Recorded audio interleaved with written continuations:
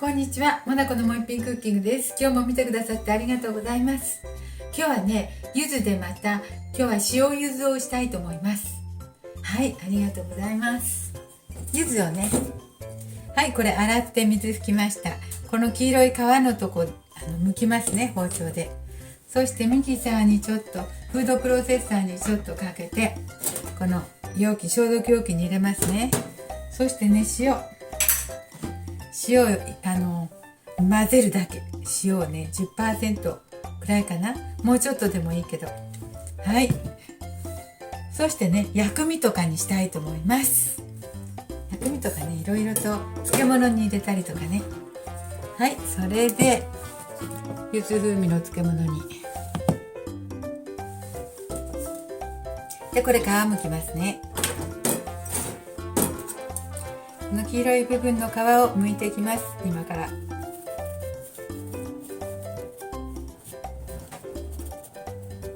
5個ありますけど、この5個の全部剥いていきます。黒い部分は取ってね。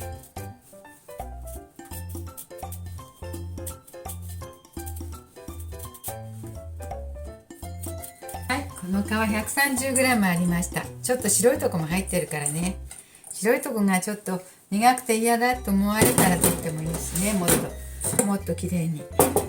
これをね 130g のこれを今日はフードプロセッサーに入れて、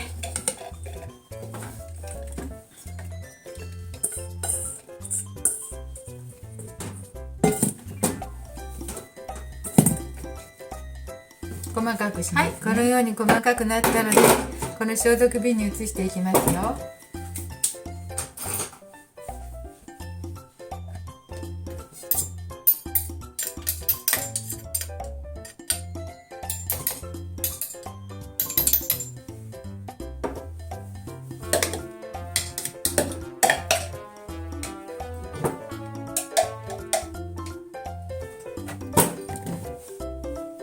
はい、フードプロセッサーで細かくなりました。これに塩を入れましょうね。塩はね 10% 水を入れない。130だから、15くらい。大さじ1杯が大さじ1杯でいいかな。大さじ1杯で 10% 近くなりますね。130だから 10% だから。大さじ1杯ちょっと大盛りに入れました。これね、健康塩だからミネラルが多くて体にいいと思うので、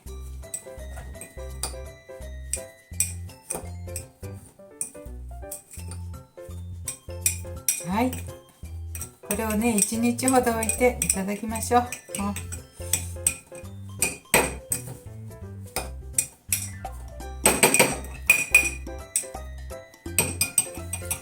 いいかな、これで。これを薬味とかね、漬物とかに入れてもいいしね、白菜漬けとかね、いろいろ使っていきたいと思います。